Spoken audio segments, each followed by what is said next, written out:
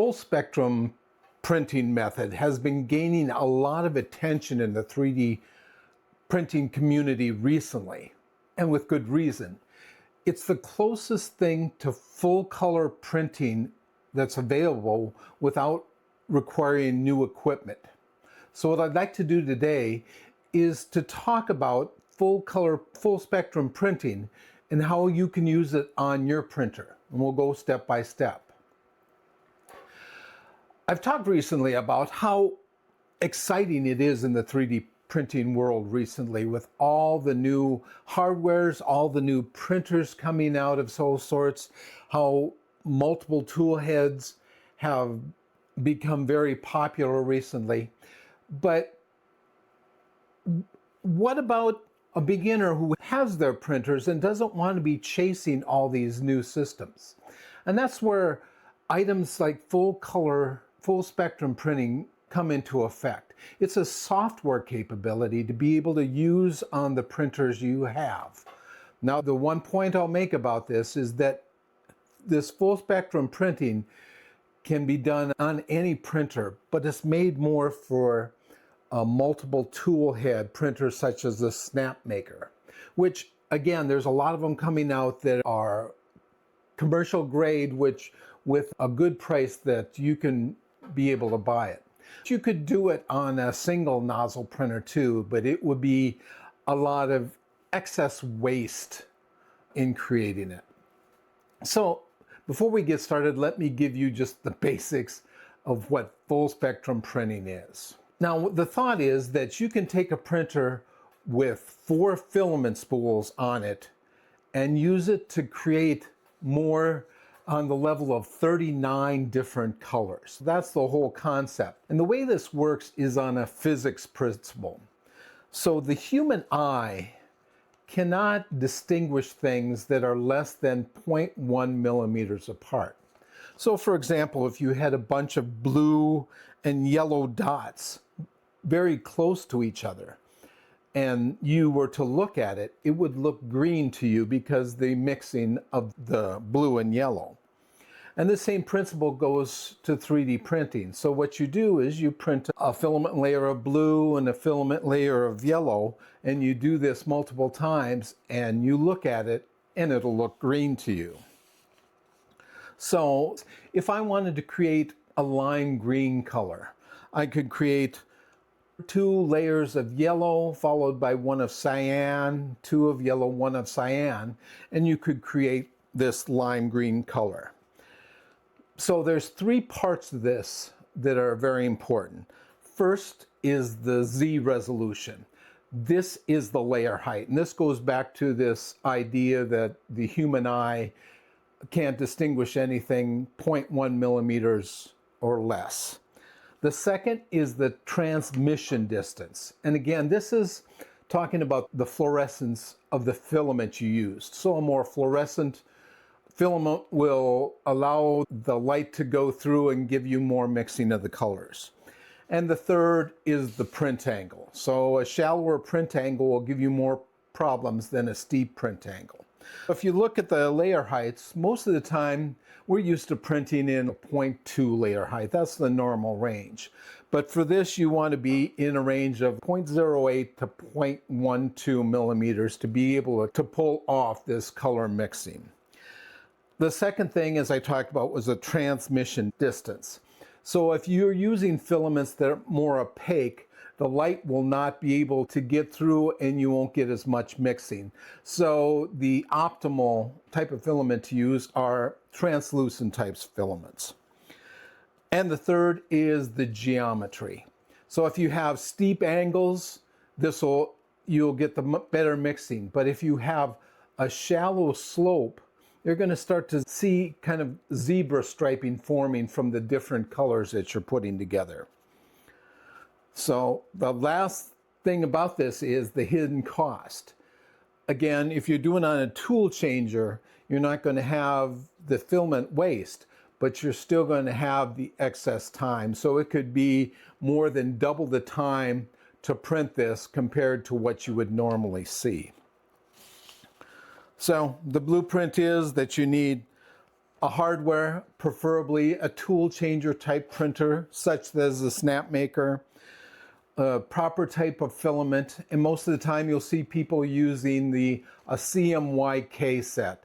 Cyan, magenta, and yellow, and a key color, either black or white. The resolution, we want layer height somewhere in the range of 0.08 to 12 millimeters. And the last thing is the geometry, making sure you have steeper angles to pull this off. Again, they continue to work on this to improve this, but this has only been out a short period of time. This was first discussed on a Reddit post in February of this year, where a user discussed this concept of dithering two colors together to create another color. And the next day, the Reddit user named Ratdo actually went through and came up with a fork of the Snapmaker Orca slicer that would carry out this full spectrum printing. And from there, it gained attention very quickly. In fact, it gained attention of Snapmaker herself, who saw that Ratdo, who was developing this, didn't even have a Snapmaker U1 printer. So they sent him one, they've hired him, and they've now incorporated it into their normal slicer program. So my question is, how can we make use of it with the printers that we have? So let's go over to the slicer and start working with the test and see what we can do with this. So here we are at the Snapmaker Orca slicer. And what I'm going to do is I'm going to pick a model that I can try to test this full spectrum printing method on.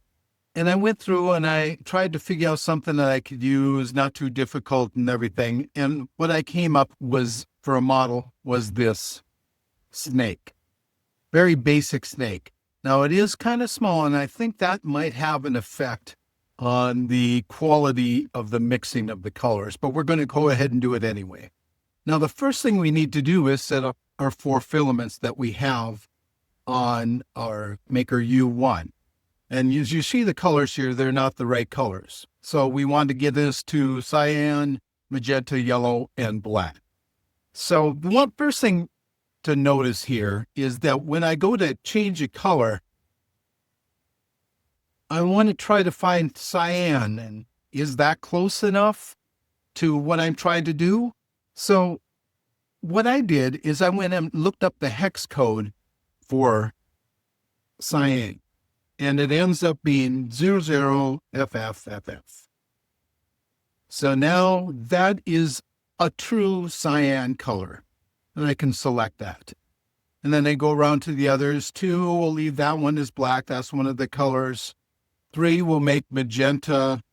And magenta is FF00FF. And so there we have magenta. And the last one is yellow.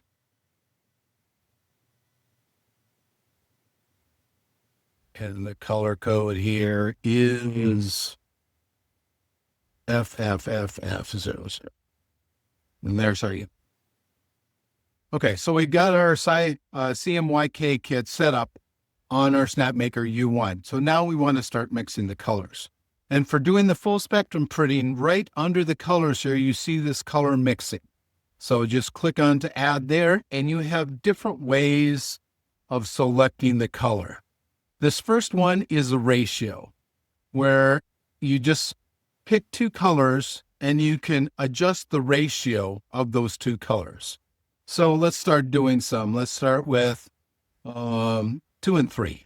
So that you will use that as our first color. And then we'll go and do a couple more. We'll go down here to add, and we'll do 3 and 4.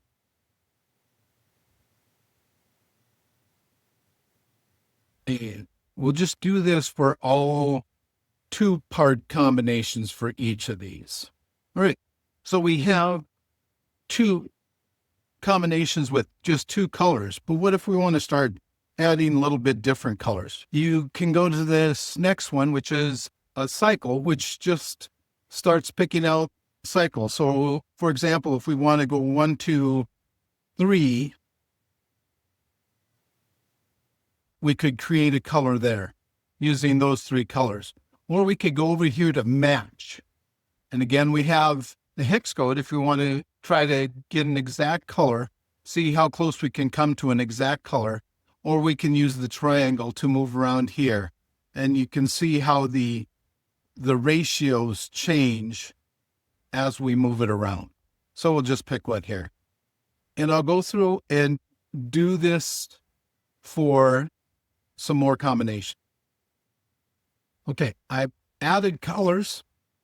So I've added 15 more colors. I just did random combinations of 2 colors, 3 colors, or in the case of this last one, it is straight 4 colors, which is kind of excessive, but we'll see what happens here. I want to point out in some of these, what I did is a ratio. So if you do 2, you can play with the slider here and the ratio just between the 2 colors to get changes there. And that's some of the things I did.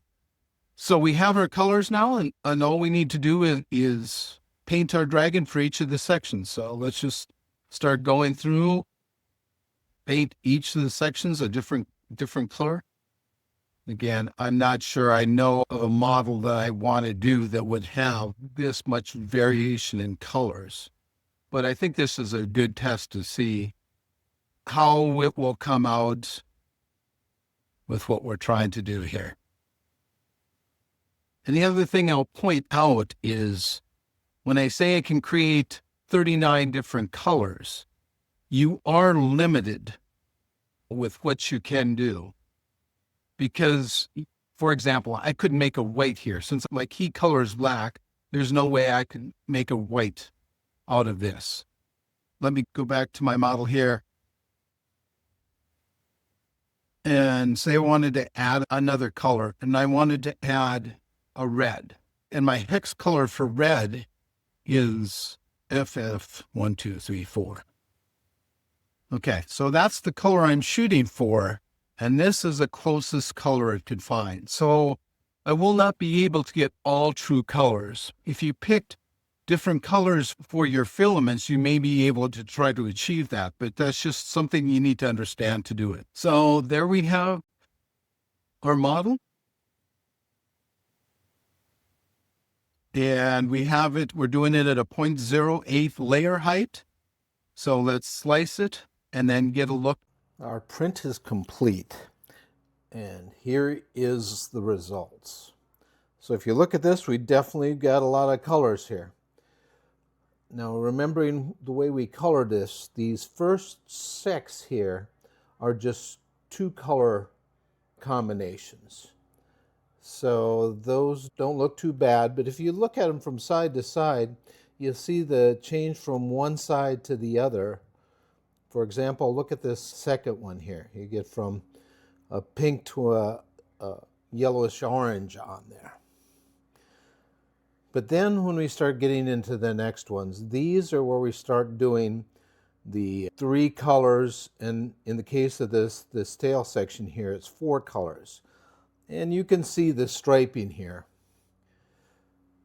And I will count that for 2 different things. First of all, this is a small print.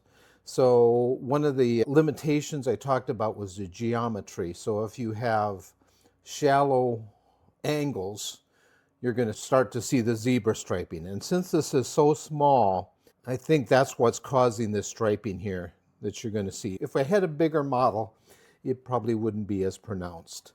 And the other thing I will count it to is the transmission distance I talked about, where you should be using more fluorescent filaments. In my case, the CMYK kit, I think, is a more opaque, less luminescence, which means you're not going to get the flow of colors across there. So you're not going to see as much mixing as you would like. But again, just as a basic test, I think it's very interesting to see what you can do with this, the sheer amount of colors you can create, and the possibilities you can do with this. There it is. There's my report on full spectrum printing. Now, I'll make the statement that I was focusing more on what components make a good full spectrum print and how you actually go about creating all these colors. There's more testing that you can do and more understanding that needs to be done. But I think there's a lot of capabilities in this full spectrum printing. And so I would keep up with it as they do new developments on this software and see what you can do with it. And that's what I want to ask of you. Have you done full spectrum printing, and what were your results? What recommendations do you have to the rest of us about trying this? Please leave it in the comments below. As I said, this is an exciting time of 3D printing. There's a lot of new stuff going on, even in software development. So even if you have just the one printer, keep up with what the changes are and try some of these new things that you can do with it. So I'm Rick. Thanks for joining my channel.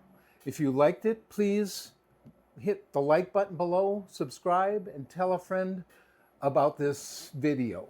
And join me next week as I try another project. So until next time, happy printing.